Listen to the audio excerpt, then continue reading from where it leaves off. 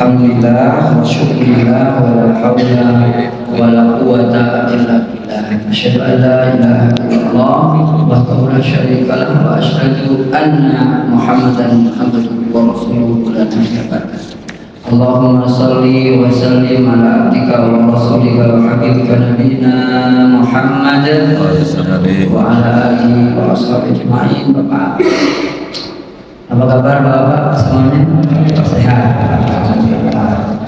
Saya ulang lagi, taqabbal minna wa minkum. La amin wa antum bi khair insyaallah.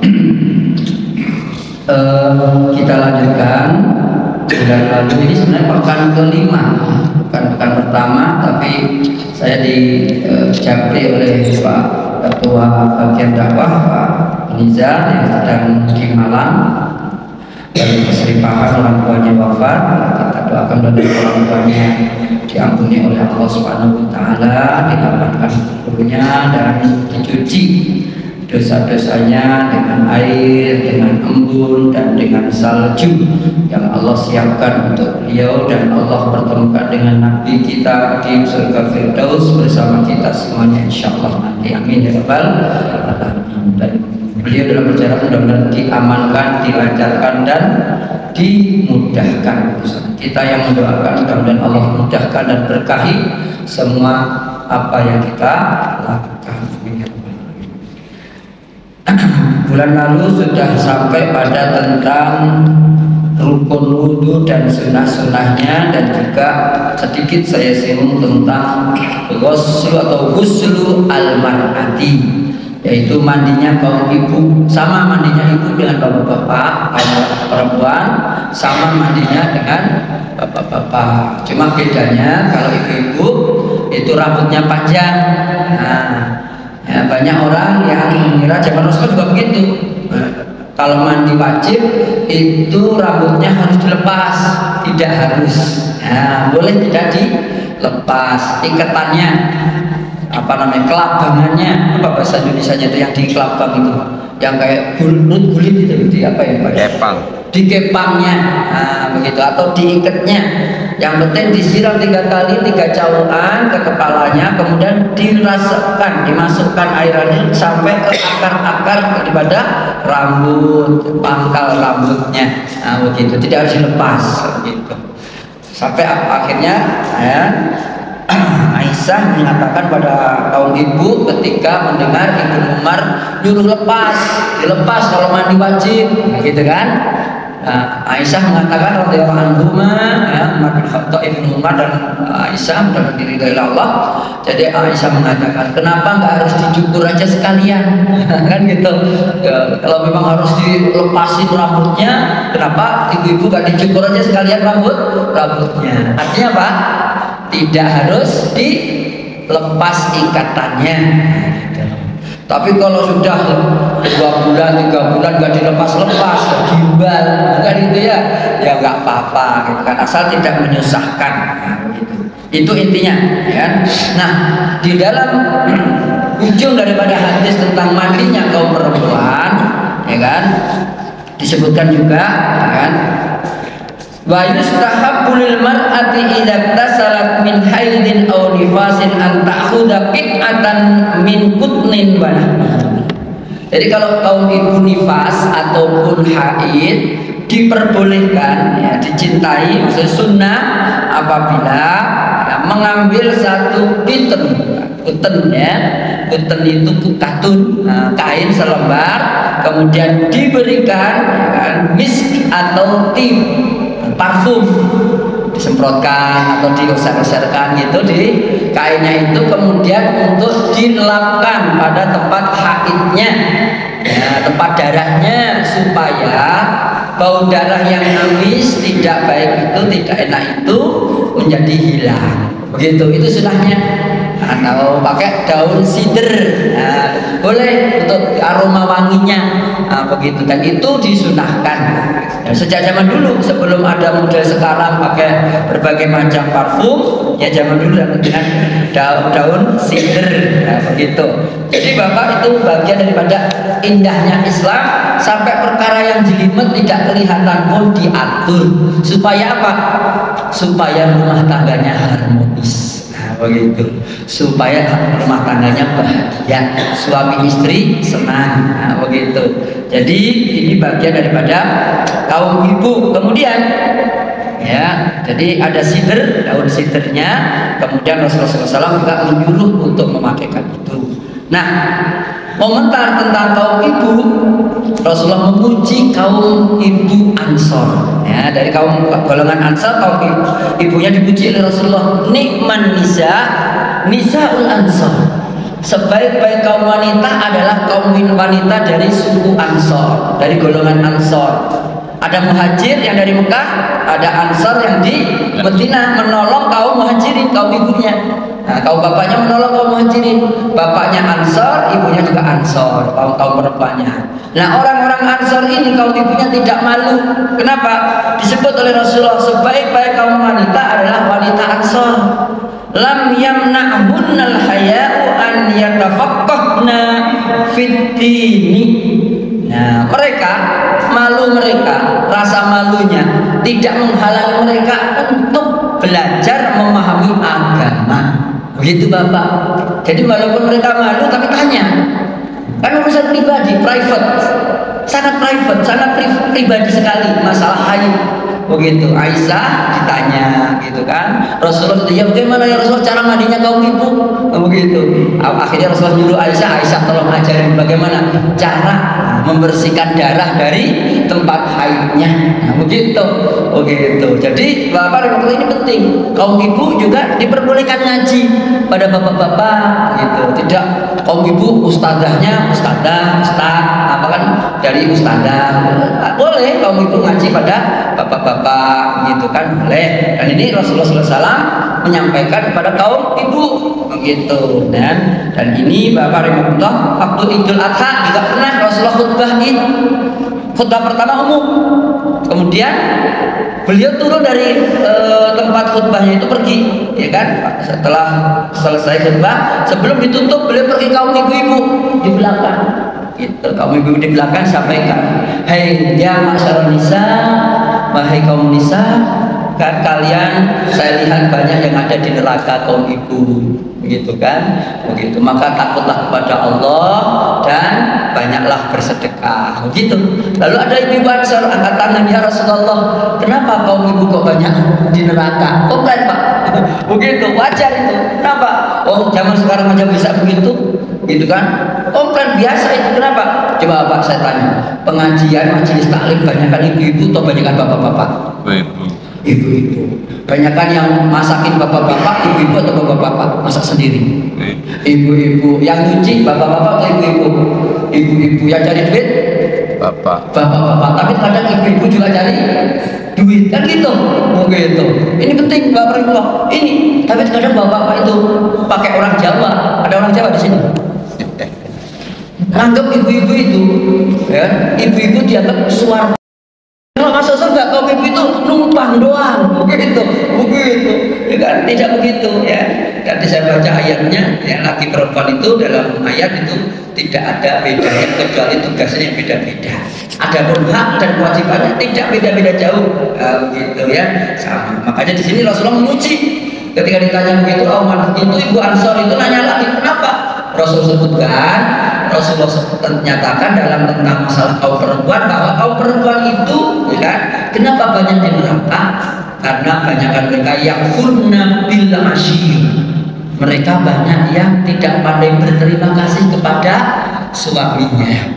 Nah, begitu. Dan dalam ayat yang lain Rasul menyampaikan ayat tentang bukankah kaum perempuan dalam persaksian dua, nah, satu laki-laki dua perempuan, itulah bagian dari kekurangan kaum wanita. Nah, begitu dalam persaksiannya. Karena kaum perempuan dalam persaksian itu dua sebanding satu laki-laki. Nah, begitu. Makanya barakallahu ini penting saya sampaikan untuk kita bersama. Kaum ibu juga punya peran dan perlu dipuji kalau punya kelebihan sebagaimana Rasulullah memuji kaum ibu. Nah, begitu kan. Jadi kita saling memberi, saling menerima, saling menopang antara suami dan istri, bapak dan ibunya untuk mengasuh putra putrinya, kakek neneknya dalam mengasuh cucu-cucunya. Gitu. Nah, bab baru sekarang adalah tentang masailu tata'allaqu bil husni. Berbagai macam masalah yang terkait dengan mandi. Nah, ini terkait dengan mandi, ya. Tentang mandi perempuan cukup saya kira. Dan yang pertama tentang masalah yang terkait dengan urusan mandi. Yujzi'u al-ghuslun wahidun an haidin wa janabatin aw an jum'atin wa 'idin aw an janabatin wa jum'atin idza nawa al-kulla. Gitu. Jadi mandi satu kali mencukupi untuk niat haid dan junub. Maksudnya apa? Pada suatu hari dia haid, itu perempuan itu ya haid, nah, punya suami, hubungan suami istri, nah begitu, belum mandi dibersihin dulu itu haidnya, tapi belum mandi, begitu, hubungan suami istri, begitu, bagaimana hukumnya? Atau dia junub, habis junub haid dengan tidak, ya. Kalau hubungan suami istri kemudian haid mandi untuk sholat, nah, karena sudah suci, gitu kan, sudah suci. Haidnya sudah cuma sebentar, haidnya suci, gitu kan, mandi. Bolehkah dia mandi sekali dan tidak mandi dua kali, satu untuk haid, satu untuk junub? Begitu, boleh. Jadi setelah hubungan suami istri kemudian dia mandi, begitu ya, dari junubnya dan dari haidnya, boleh satu niat. Atau ya sunnah Jumat itu mandi junub, ya. Idul Fitri atau Idul Adha juga disunahkan mandi juga. Pas kemarin misalnya ada yang sholat idnya hari yang kemarin, ada yang hari Jumat, gitu kan, gitu. Kalau di sini hari apa kemarin? Sabtu. Oh Sabtu ya, gitu kan, begitu. Yang Jumat nih, ini Jumat nih, mandi. Paginya sholat id, siangnya untuk Jumatan. Walaupun boleh juga orang yang sholat idnya hari Jumat tidak Jumatan, begitu, boleh. Begitu. Jadi mandinya satu kali aja, mandi pagi untuk sholat id, kemudian siangnya nggak mandi lagi Jumatannya, boleh, begitu. Atau junub dan Jumat, pagi-pagi junub hubungan suami istri atau mimpi kan gitu, mandi junub wajibnya. Mau Jumatan ini, begitu, mandi sekali, mandi untuk dua masalah. Satu, membebaskan hadas besar yaitu junub, satu lagi sunnah sholat Jumat, gitu. Walaupun dalam hadisnya ya kan itu wajib, ya, al-ghuslu yaumul jumu'ati wajibun likulli muhtalimin, kata Nabi. Mandi hari Jumat itu wajib bagi setiap orang yang sudah mimpi, maksudnya sudah balik, begitu. Tapi para ulama membawanya ya untuk hukum mandi Jumat bukan wajib, tapi apa? Sunnah muakkad. Nah, begitu. Jadi seperti itu saudaraku, Bapak rahimahullah. Jadi boleh ya idzan nawa al-kul, apabila niatnya untuk semuanya. Liqauli Rasulullah sallallahu alaihi wasallam, karena sabda Nabi, wa innama likulli imri'in ma nawa. Setiap seseorang itu sesuai dengan niatnya. Begitu. Itu yang pertama, tentang niat satu mandi untuk dua ibadah. Boleh, atau dua menghilangkan satu hadas, ya satu sunnah untuk menggunakan sunnahnya, atau dua hadas besar haid dan junub, begitu. Itu yang pertama. Yang kedua, idza tasalla minal janabah walam yakun qad tawadda'a yaqumul ghuslu 'anil wudu'i. Apabila seseorang mandi, ya kan, dari junub tapi dia nggak berwudu, apakah boleh nggak wudu lagi? Nah begitu, ya kan? Nggak wudu lagi, ya kan? Maka kata beliau di sini, ya kan? Yaqumul ghuslu 'anil wudu. Mandi mencukupi dari wudu. Ya, karena mandi junub dimulai dengan wudu dulu. Kemarin saya terangkan awal-awal tentang kitab bab tentang mandi. Nah, begitu. Jadi sebelum mandi wudu dulu sebagaimana wudunya kita sholat, kecuali menyiram apa? Kakinya. Nah, ya ketika sudah rambut gitu, gitu kan, gini, ya kan? Nah, gini, nah, 3 cauan air, nah begitu 3 cauan, nah, kemudian sampai terasa segar, atau begini ya, begini, nah begini sampai terasa segar, 3 cauan lagi untuk mandi seluruh tubuhnya. Artinya apa Pak? Wudu di awal mandi, ya kan? Kemudian disiram kakinya selesai mandi, sudah mencukupi wudu untuk yang sholat yang lain. Begitu. Artinya tidak batal kecuali kalau dalam mandi buang angin atau buang air kecil, itu terhambat dengan itu tadi. Maka dari itu wudu lagi. Tapi kalau nggak kencing, nggak buang air besar, nggak buang angin, ya, cukup langsung mengirit air, begitu, dan mengirit waktu efisien dan efektif. Nah begitu. Qala Aisyah, kana Rasulullah sallallahu alaihi wasallam la yatawaddau ba'dal ghusli. Aisyah menceritakan bahwa Nabi dulu kalau wudu, ya, kalau mandi beliau tidak wudu lagi. Nah begitu, tidak wudu lagi setelah mandi. Wa ani bin Umar radhiyallahu anhu annahu qala li rajulin qala lahu. Ibnu Umar berkata kepada seseorang yang berkata kepada Umar, Ibnu Umar, inni tawaddu ba'dal ghusl. Ada seseorang bilang pada Ibnu Umar, aku wudu lagi kalau setelah mandi. Nah begitu. Faqala lahu laqad taghammakta. Kata Ibnu Umar komentari orang yang wudu lagi setelah sholat, kamu ini dalam-dalamin banget. Nah, gitu. Apa maksudnya Bapak? Artinya mempersulit dirinya. Nah, begitu. Belum lagi zaman dulu dengan zaman sekarang berbeda Bapak. Zaman dulu belum ada listrik, belum ada Z-Pump, belum ada PDAM, ya kan? Belum ada air mancur dan sebagainya. Mereka kesulitan air. Akhirnya mereka mengirit dalam masalah air. Nah, begitu. Zaman sekarang kalau contoh sekarang mudah air, tapi kita disunahkan untuk mengirit-irit air kita. Nah begitu.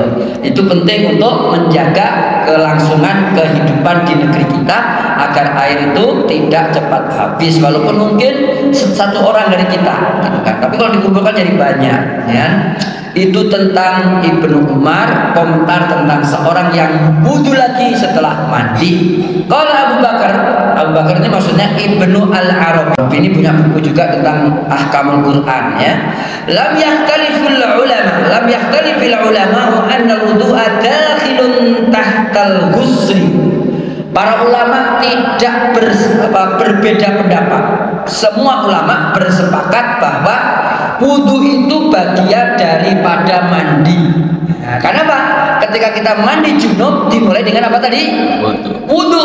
Oh, begitu, ya kan? Ini pentingnya belajar Bapak. Banyak kaum muslimin yang belum mengerti cara mandi wajib. Banyak sekali. Karena dari wudu. Nah, begitu. Tidak perlu wudu lagi. Fadakhalal aqallu fi niyatil aksar. Maka hadas yang kecil, hadas yang, ya kan, tidak besar, maksudnya itu masuk ke dalam hadas yang besar. Oh gitu. Dengan hadas yang besar didelet, maka hadas kecil tercakup di dalamnya. Gitu. Wa ajza'at niyatul akbari anhu. Niat yang lebih besar mencukupi daripada niat yang kecil. Jadi boleh mandi tanpa wudu setelahnya. Karena apa? Karena mandi junub dimulai dengan berwudu. Nah, begitu. Kecuali menyiram apa? Dua kakinya. Kalau kakinya dua, kalau kakinya satu. Ya satu. Jadi kalau punya kaki, nggak usah disiram. Kan ada saudara kita yang di Qatar itu kan, yang membaca ya ayyuhan nasu inna khalaqnakum min dzakarin wa unsa, pasti tanya oleh Morgan dari Hollywood Amerika ya. Begitu dia mengatakan, "Kenapa kita berkumpul di sini? Ada apa sih? Kenapa? Siapa yang mengumpulkan kita di sini?" Gitu kata beliau. dan membaca ayat ya ayyuhan nasu inna khalaqnakum min dzakari wa untha wa ja'alnakum syu'uban wa qabaila lita'arafu. Hai manusia, kami jadikan kalian laki dan perempuan, bersuku-suku dan berbangsa-bangsa untuk saling mengenal. Subhanallah, itu ya piala dunia pertama ada di dunia ini yang dimulai dengan tilawah Quran. Pak, gimana itu prosesnya lama Pak itu? Proses untuk menjadikan piala dunia ada ayat Quran itu lama Pak. 32 tahun. Seorang ulama dari Mesir diusir, dikejar-kejar oleh negaranya, pergi ke Qatar, kemudian mengajar di sana, membuat sekolahan. Yang banyak orang di sini, orang Indonesia juga ikut-ikutan membenci, bahkan mencaci maki, menjelek-jelekin namanya kayak orang Yahudi begitu. Namanya Yusuf Qaradawi. Baru meninggal umurnya 100 tahun, 90 tahun lebih begitu, hampir 100 tahun. Makanya ini diajarkan raja-raja, sultan-sultan ada di Qatar, diajarkan sekolah agama dan sebagainya sampai besar. Kemudian konsultasi boleh enggak Qatar menjadi negara yang menjadi tuan rumah piala dunia. Beliau memberikan, tunjukkan Islam kepada mereka. Subhanallah. Itu 10 tahun yang lalu Pak. Itu menunggu izinnya itu supaya dapat itu. Alhamdulillah Pak, luar biasa. Semua memuji, tidak ada yang mabuk-mabukan dan bisa. Itu pentingnya Pak, belajar moderasi Islam. Moderatnya itu tidak mencaci kan orang yang belum ngerti Islam, tapi juga tidak tidak membiarkan mereka dalam kegelapan. Ditunjukkan ini loh Islam. Oh gitu. Nah ini bagian daripada keindahan Islam. Jadi subhanallah, bagian daripada kesempurnaan Islam itu, syumuliyatul Islam itu mencakup kepada semua generasi. Yang ketiga, ya, yang pertama tadi apa? Tentang apa? Satu, ya, niat, ya, mandi untuk dua kegiatan, dua aktivitas. Ya. Yang kedua, bahwa wudhu bagian daripada mandi. Kalau sudah mandi, ya setelah mandi tidak masalah, tidak wudhu, asal tidak batal wudhunya, mandinya, yaitu dengan hadas kecil, buang angin atau buang air kecil ataupun besar. Itu yang kedua. Yang ketiga, ya juzulil junubi wal haidi izalatu sya'ri wa qassu adh-dhafri wal khuruju ila suqi wa ghairihi min ghairi karahiyatin. Nah, yang ketiga, bab tentang orang yang junub. Ya, dalam masalah ini orang junub belum mandi boleh enggak? Ya, atau orang haid, ya, orang haid nyukur rambut. Nah, mungkin rambut kepala, potong rambutnya, ataupun bulu ketiaknya, bulu kemaluannya, kan gitu, ya kan? Atau seorang yang junub laki-laki memotong kumisnya atau memotong janggutnya, kan itu. Pergi ke salon, pergi ke barbershop, tukang cukur, pangkas rambut, boleh nggak? Begitu, diperbolehkan, ya kan? Begitu juga potong kuku, pergi ke pasar, belum mandi, begitu ya, boleh, gitu, boleh, gitu, tanpa ada larangan, begitu. Kalau atau yahtajimul junubu wa yaklimul adhafiru, boleh memotong kuku-kukunya dan boleh juga hijama. Apa hijama Bapak? Bekam, boleh berbekam, belum mandi, lagi junub, gitu. Atau mimpi, anak muda belum nikah tapi mimpi, belum mandi, begitu, dibekam, gitu kan, begitu. Nah, seharusnya kalau sudah bekam itu 3 jam berikutnya baru boleh mandi ya, begitu. Makanya ya jaga-jaga kan, supaya tidak pas sholat, ya kan, itu kan mandinya. Nah, kemudian wayah likurangsahu, mencukur rambutnya, wa ilam yatawadda, walaupun belum wudu. Nah, begitu. Jadi boleh, rawahul Bukhari. Jadi Bapak Ibu rahimakumullah, ini bagi orang yang haid, orang yang junub boleh memotong rambutnya.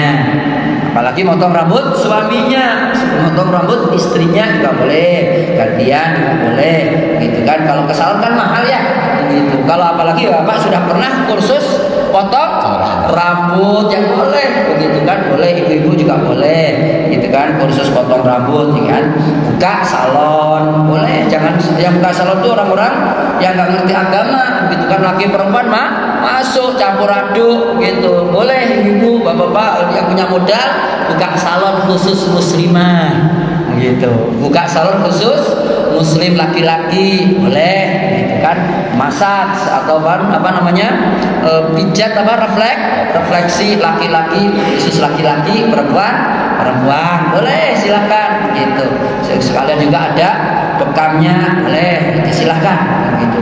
Jangan sampai setiap orang yang punya usaha, yang punya ilmu awalnya orang muslim, tapi yang untung orang non muslim. Banyak itu Pak, di kampus saya itu orang yang kampus saya kan ada aktivitas pinter buat takwa.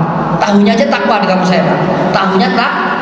Sekarang Pak yang jualan tahu takwa itu teman-teman saudara kita dari Chinese, itu banyak toko-tokonya besar-besar, namanya aja Jawa, begitu. Tapi begitu, bukan juga begitu sekarang. Begitu, yang punya warung, yang punya kios, begitu, bekamnya aja ruqyah apa kan? Judulnya biasanya terkadang pusat ruqyah dan begitu, gerapiak bahasa Jawanya, begitu. Supaya apa? Customer itu datang lagi, gitu. Walaupun mungkin harganya enggak beda jauh dengan yang lain, begitu. Tapi dengan kita senyum kita, dengan gerapiak kita, dengan sumeh kita, senyumnya yang banyak, yang lebar, itu membuat orang senang. Begitu, itu buka, silakan Bapak, saya doakan Bapak yang punya usaha, silakan, yang punya modal. Yang keempat, hammam in salimat dakhilu minan nadhari ila al-awrat wa salima min nadhrin nasi ila awratihi. Ya, ini permasalahan tentang mandi. Ya, bab junub sudah selesai, sekarang mandi biasa. Ya kan? Tidak masalah masuk tempat-tempat pemandian, asal ya orang yang masuk itu tidak ya menjadi melihat aurat orang lain, dan orang lain tidak melihat aurat ya yang masuk tadi. Begitu ya. Jadi kalau kita masuk kolam renang, tempat pemandian umum, ya kan, ya itu kita harus jaga. Makanya terkadang saya kalau punya teman-teman yang punya kolam renang itu saya sampaikan, gitu, ngaji ini, gitu kan. Makanya terkadang kalau di Pondok Gede dulu ada namanya kolam renang khusus muslimah, bukan kolam renang berbeda, tapi kolam renang itu dijadwal kapan untuk muslimah, kapan untuk muslim laki-laki, begitu. Itu perlu juga Bapak, begitu, dikelola dengan cara supaya orang itu tidak melihat aurat satu dengan yang lainnya. Qala Ahmad, in alimta anna kulla man fil hammami alaihi izarun fadkhulhu. Imam Ahmad mengatakan, kalau kamu tahu di dalam kolam renang itu, dalam pemandian itu, ya kan, semuanya memakai sarung, maksudnya nutupin auratnya. Kalau nggak sarung ya mungkin celana panjang itu tutup aurat, laki-laki pusar sampai dengkul, lutut, ya kan, maka masuklah. Wa illa fala tadkhul. Kalau kamu melihat tidak pakai sarung, tidak pakai tutup aurat, ya jangan masuk. Yang repot Pak, kita ngajak anak-anak kita, ayo pergi ke kolam renang. Nah, begitu. Anak-anak kita lah di kolam renang banyak pakai bajunya Pak, kayak di Eropa aja Pak, Indonesia sekarang. Kalau di kolam renang, pernah saya ke Panas itu, pas saya lihat, aduh, begitu. Kan saya suka badminton Pak, kan, begitu kan. Kita di balik pintu itu kan, gitu kan, begitu pojok gitu kan. Begitu saya balik lagi Pak, begitu. Ternyata pakai, ya kayak di Amerika Pak. Begitu. Orang Indonesia kulit coklat, begitu. Tapi pakai celana pendek-pendek amat begitu, masya Allah, begitu. Nah ini seperti itu harus kita kelola Pak. Makanya kalau muslimin itu mestinya kalau punya modal itu membuat kolam-kolam renang yang bersyar'i. Begitu. Syar'i itu artinya tidak harus pakai kerudung, tidak, begitu kan? Tidak harus pakai kerudung, cukup pakai ditutup ininya kan, gitu ya. Apa itu kayak di hotel-hotel kan ada penutup kepalanya ya, begitu, ditutupin, disiapin, begitu, boleh. Bapak rahimahullah. Jadi ditutupin untuk kaum perempuan, laki-laki kan gitu. Itu dipisahkan laki-laki perempuan. Itu tidak masalah. Kalau udah biasa nanti lama-lama oke, insya Allah kan, gitu kan. Kalau udah terbiasa lama-lama biasa juga gitu. Jadi seperti itu kata Imam Ahmad, ya kan. Wa fi hadis an Rasulullah sallallahu alaihi wasallam la yanzuru rajulu ila auratir rajul. Laki-laki tidak boleh melihat aurat laki-laki lain. Itu laki-laki aja nggak boleh, apalagi laki perempuan, kecuali suami istri, ya kan. Wala tanzurul mar'atu ila auratil mar'ati. Tidak boleh juga kaum perempuan melihat aurat perempuan yang lainnya. Wa dzikrullahi fil hamam la haraja fi. Jadi seperti itu Bapak. Jadi kalau kaum perempuan tidak boleh melihat aurat perempuan yang lain, laki tidak boleh laki yang lain, apalagi laki sama perempuan, perempuan sama laki-laki. Dan yang jadi masalah ini Pak, ya, kaum muslimin ya Indonesia ini mayoritas, tetapi belum memahami bagaimana cara hubungan antara laki dan perempuan. Ini bukan masalah Arab, bukan masalah ketat, bukan. Ini untuk menjaga supaya tidak terjadi fitnah. Gitu, ya kan. Ini kalau ini dibuat kaum muslimin punya kolam renang. Saya dulu kesini itu dalam rangka untuk mencari tempat untuk olahraga, termasuk kolam renang. Pas saya masuk ditutup kolam renangnya, kan gitu, begitu semuanya terjaga gitu kan. Tenis Pak, tenisnya ditutup pula, begitu. Sekarang ditutupin dengan rumput, kan gitu kan, begitu. Makanya ini perlu dihidupkan lagi kan. Kolam renangnya ini sudah tertutup dalam, ini susah juga ya, begitu. Makanya ini penting kan, begitu. Ini suatu saat ya kita mimpi dulu, ya kan, kolam renang yang menjaga aurat perempuan, yang menjaga aurat laki-laki, begitu. Supaya apa? Supaya ketenangan itu selalu muncul dimanapun berada, gitu kan. Kemudian kata beliau, ketika dalam kolam ya, pemandian, ya, misalnya di air terjun, ya siapa yang pulang dari Jogja, misalnya kan Pak RW pulang ya kan dari Jogja ke apa tuh, pancuran apa namanya tuh, di Jogja itu apa namanya? Pindul. Ada air terjun di sana. Lupa. Ada di sana air terjun kan? Begitu. Di Curugnya ada ya. Begitu air terjun apa? Saya lupa ya. Nah, di sana banyak orang mandi di sana, gitu kan, sambil zikir. Astagfirullahaladzim, astagfirullahaladzim. Itu zikir dari apa Pak? Begitu astagfirullahaladzim, gitu kan?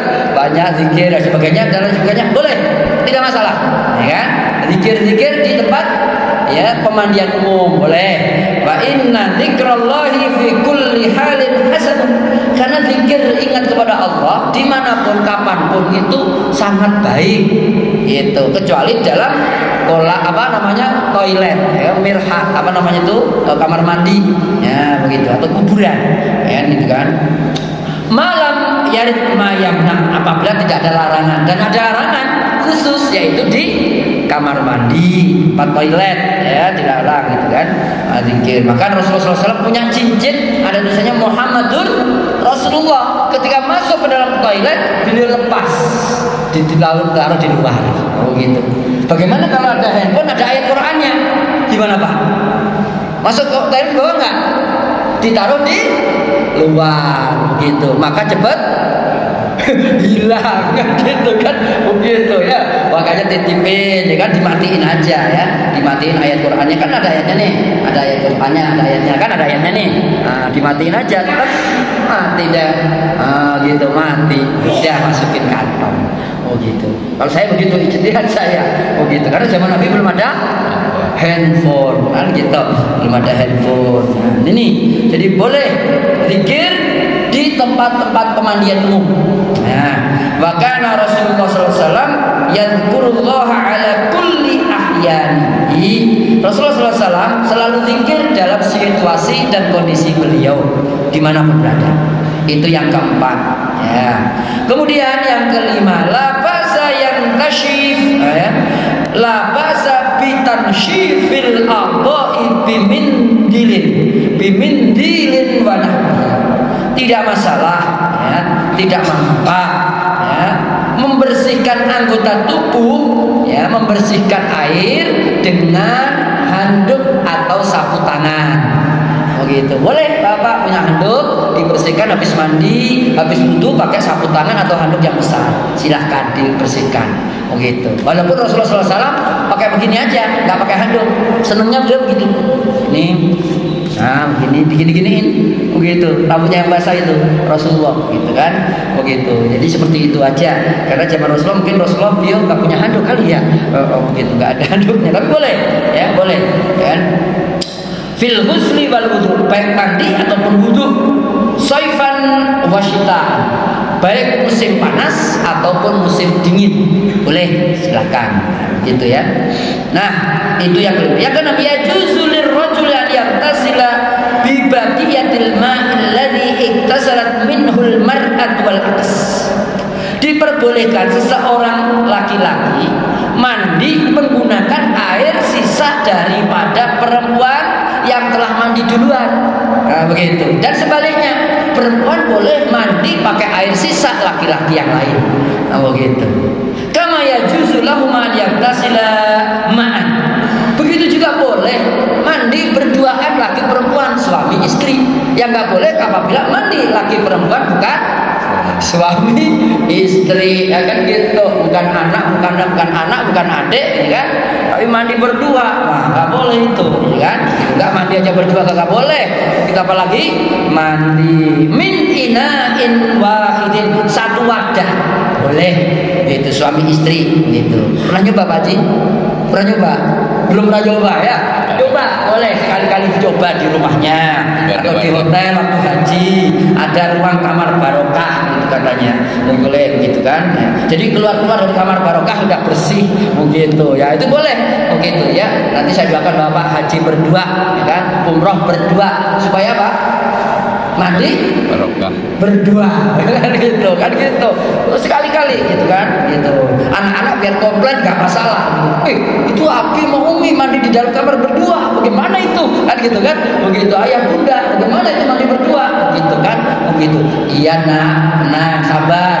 Zaman kecil belum pernah mandi berdua kita, kan gitu kan, begitu ya. Jadi ini penting bapak-bapak, ya, ini penting. Diriwayatkan Ibnu Abbas, ya. Iktasala ba'du azwajin Nabi sallallahu alaihi wasallam fi jufnatin. Nah, Rasulullah sallallahu alaihi wasallam ya, cerita Ibnu Abbas menceritakan bahwa sebagian istri-istri Nabi itu mandi dalam sebuah tempat mandi. Ya, bak mandi.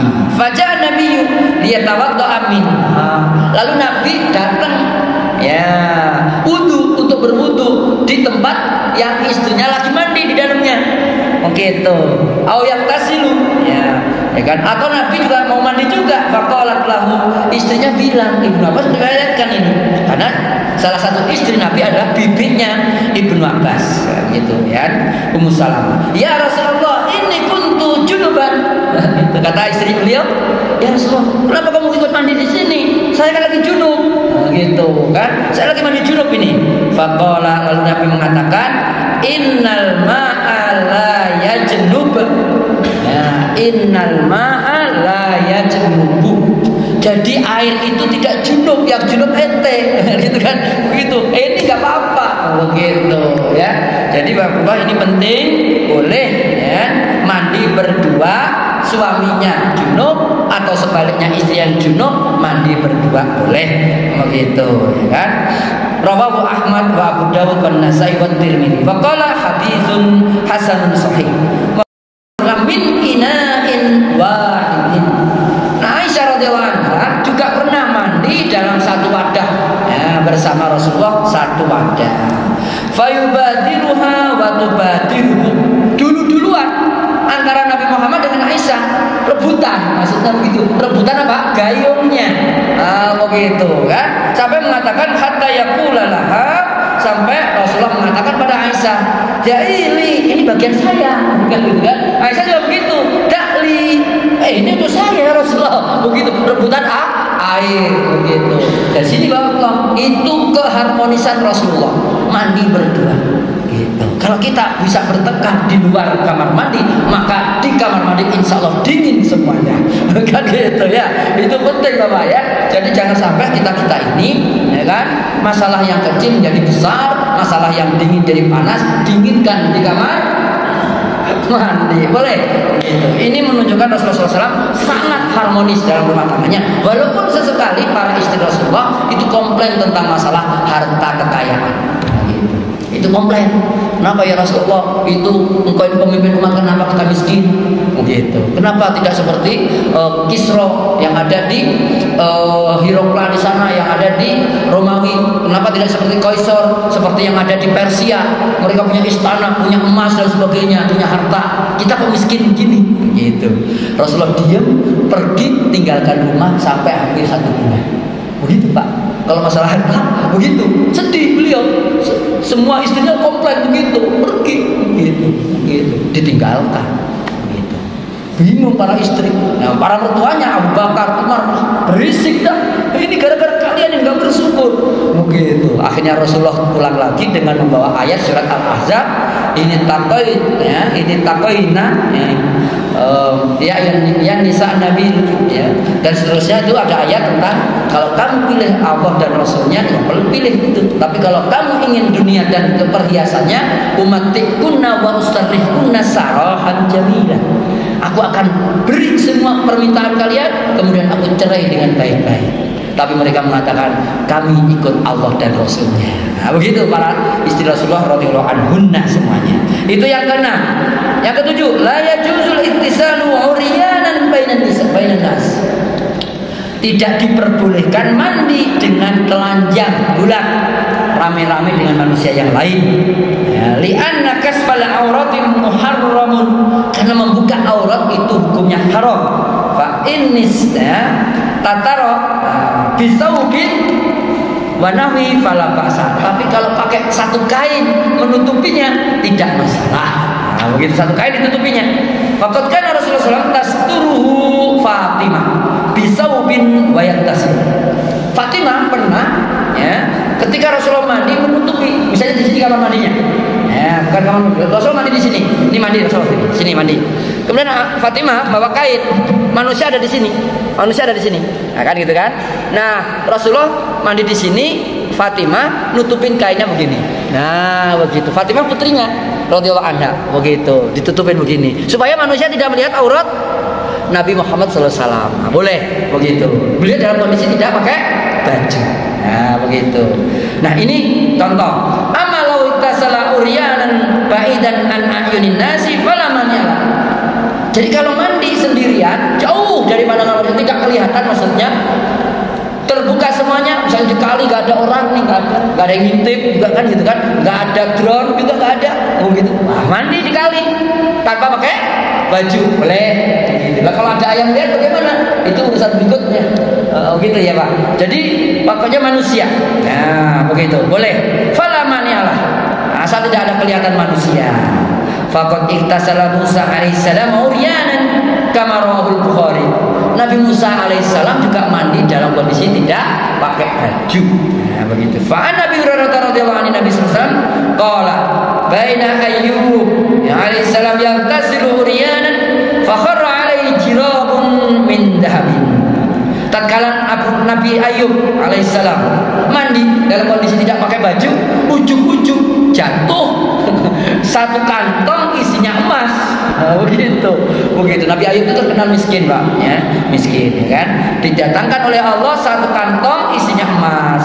Faja'ala Ayyub yahsi fi saubihi. Kemudian Nabi Ayyub ngumpul itu, ya kan? Jadi numpahkan dari kantong, ditumpahkan ke bajunya. Nah, begitu. Ditumpahkan banyak emas, seneng kan gitu kan? Fanadahu rabbuhu, lalu Rabbnya yaitu Allah memanggilnya tabaraka wa taala, ya Ayyub, alam akun agnaituka amma tarak. Wahai Ayyub, sudah kucukupi kan kau jadi kaya sekarang? Gitu. Sudah cukup aku berikan kekayaan seperti itu? Qala bala wa izzatuka. Betul ya Allah, ya, dengan keperkasaanmu dan keizzahanmu, nah, begitu ya, dengan keagunganmu.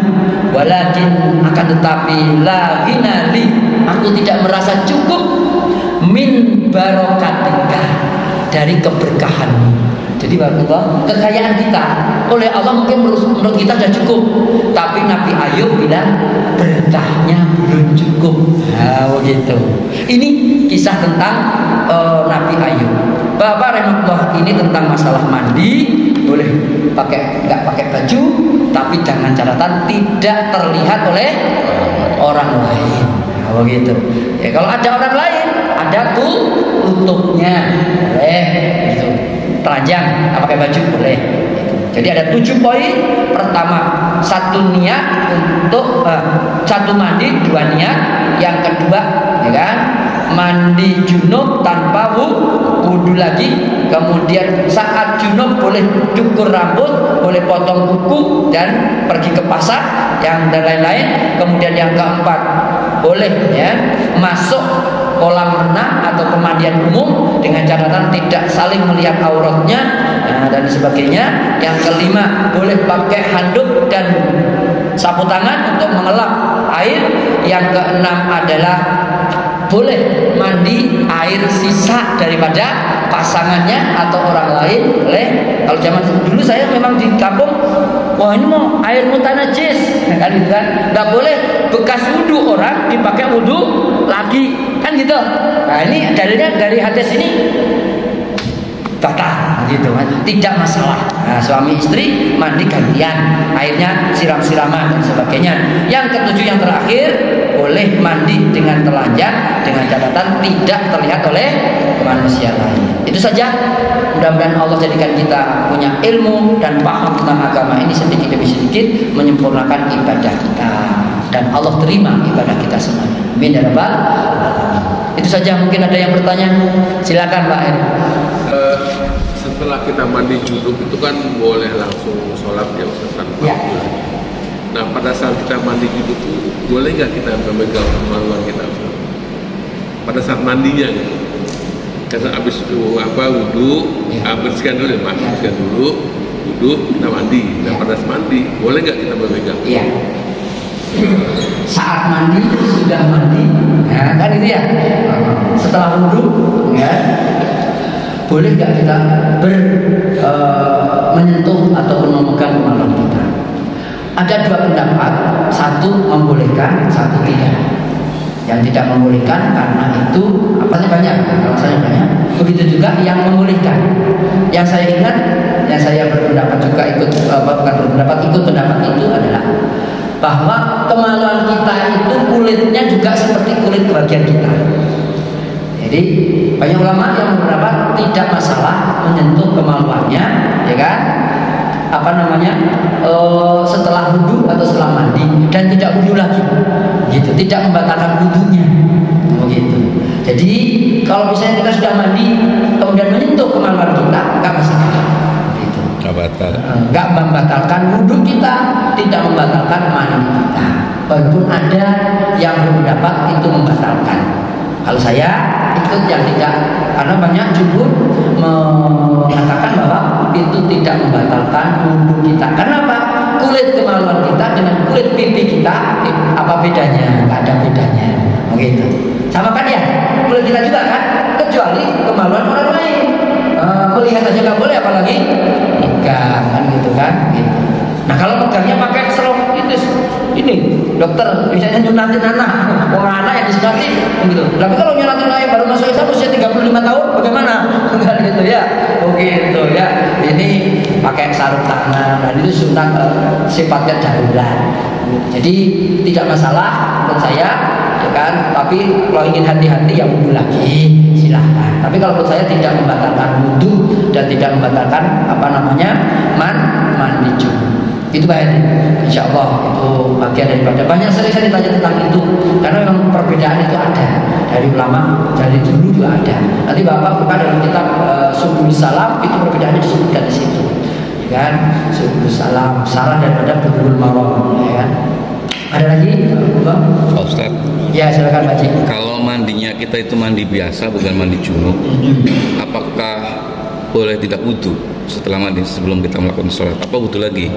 Ya, ini mandi biasa atau mandi junub? Mandi biasa. Mandi biasa, tidak wudu lagi. Ya, kalau dia tidak buang angin, tidak buang air besar, air kecil, air besar, nggak wudu sebelum mandi, dia tidak batal wudunya, masih punya wudu mandi, gitu kan? Terus nggak wudu lagi, kan gitu ya? itu nggak masalah. Tapi masalahnya ada jaminan orang mandi itu nggak kencing. Pasti. Seringnya kalau orang mandi biasanya apa? Kalau saya sendiri mengalami kalau mandi biasanya apa? Buang air kecil. Gitu, ya kan? Apalagi kalau pagi-pagi kan gitu ya. Gitu pagi-pagi itu biasanya. Jadi kalau misalnya kita enggak, ya sebelumnya sudah wudu mandi biasa, gitu kan? Terus nggak kencing, nggak buang angin, nggak buang air besar, begitu nggak wudu lagi ya nggak masalah. Begitu nggak masalah. Kayak kena hujan aja, gitu kan? Kita lagi kondisi punya wudu, naik sepeda motor atau naik sepeda, terus kehujanan, udah begitu. Terus kemudian langsung ke masjid, sholat deh. Tadi kalau hujan basah, ya nggak apa-apa, nggak kentut, nggak buang air, nggak buang air besar atau kecil, ya udah sholat aja. Begitu silahkan, karena nggak batal. Intinya batal atau tidak kan gitu. Kalau dia yakin nggak batal, terus karena sudah wudu nih. Cuma kalau misalnya saya tadi wudu atau belum, nah itu beda, wudu atau belum. Ya, satu lagi sudah wudu, tapi batal atau tidak. Kalau yang pertama wudu atau belum, sudah saya sampaikan waktu tentang wudu dulu. Wudu atau belum? Yang dipakai wudunya atau tidaknya? Tidak wudu. Tidaknya, belum wudunya. Terus kemudian udah wudu nih, udah wudu. Saya tadi udah wudu, cuma kentut atau enggak? Nah, yang dipakai yang mana? Tidak kan kentutnya. Oh gitu. Tidak. Aslinya apa? Wudu. Aslinya wudu. Berarti punya hadas atau tidak? Nggak hadas kan? Begitu. Punya wudu. Aslinya saya udah wudu tadi, cuma saya lupa buang angin atau tidak. Gitu, ya kan? Begitu. Ini yang dipakai yang mana berarti? Punya wudunya, tidak batalnya. Itu yang harus diingat. Tapi ketika belum wudu nih, ya, saya sudah wudu atau belum? Dipakai yang mana? Belum. Yang belum wudunya. Nah begitu. Allah alam. Ada lagi Bapak? Sudah? Suruh? Sudah Pak. Sudah. Kita tutup. Ya. Boleh. Ketika perempuan ini hukumnya ya. Ketika perempuan selesai masa nifas dan dia berhubungan dengan suaminya tanpa mandi junub itu berdosa nggak? Belum mandi kan gitu kan? Dalam kondisi nifas ya. Sudah nifas sudah selesai. Ya, maksudnya dalam kondisi nifas sudah selesai.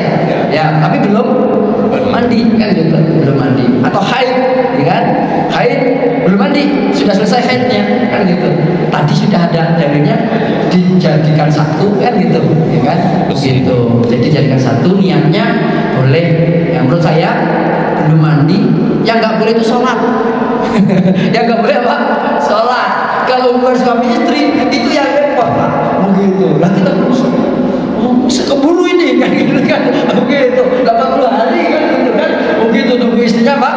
Begitu nifas lama kan gitu kan. Begitu. Ini yang Bapak ini yang perlu kita jelaskan. Makanya kalau kita misalnya belum lihat apa namanya istri kita haid, kemudian istri kita nifas, kemudian belum mandi, hubungan suami istri yang penting bersih Pak, yang penting bersih. Begitu. Karena hadas ya kan? Besar hadas kecil itu dibersihkan untuk sholat, untuk puasa, gitu. Ya. Kalau untuk junub tidak ada larangan sebagaimana, ya kan? Misalnya ada seorang yang junub, suami istri, hubungan suami istri, kemudian dengar adzan subuh sudah selesai ya hubungannya, adzan subuh, ya kan gitu. Kemudian subuh, ya kan? Belum mandi, puasa, sah nggak puasanya? Puasanya sah. Kan gitu. Mandi dulu baru sholat, gitu kan? Nah, sholat subuh kan gitu. Nah, puasanya siangnya otomatis kan gitu ya. Gitu. Suaminya, gitu kan? Suaminya juga gitu, sama. Gitu. Jadi pas sudah subuh ini belum mandi gimana ini kan gitu. Begitu. Sah nggak puasanya? Sah. Gitu. Begitu juga hubungan suami istri. Gitu. Jadi saya memahami orang yang mandi ataupun dari junub ataupun dari nifas atau haid tadi, bukan dari junub, mandi dari nifas, belum mandi dari nifas, belum mandi dari haid, hubungan suami istri dosa atau tidak? Mandi junub, mandi haid, mandi nifas itu mandi untuk ibadah sholat. gitu, untuk memulai ibadah sholat gitu, atau ihram dan sebagainya. Itu ya saya pahami Pak tadi ya, mudah-mudahan saya tidak salah. Mohon maaf, kita tutup dengan kafaratul majlis. Subhanallahumma wa bihamdika asyhadu an la ilaha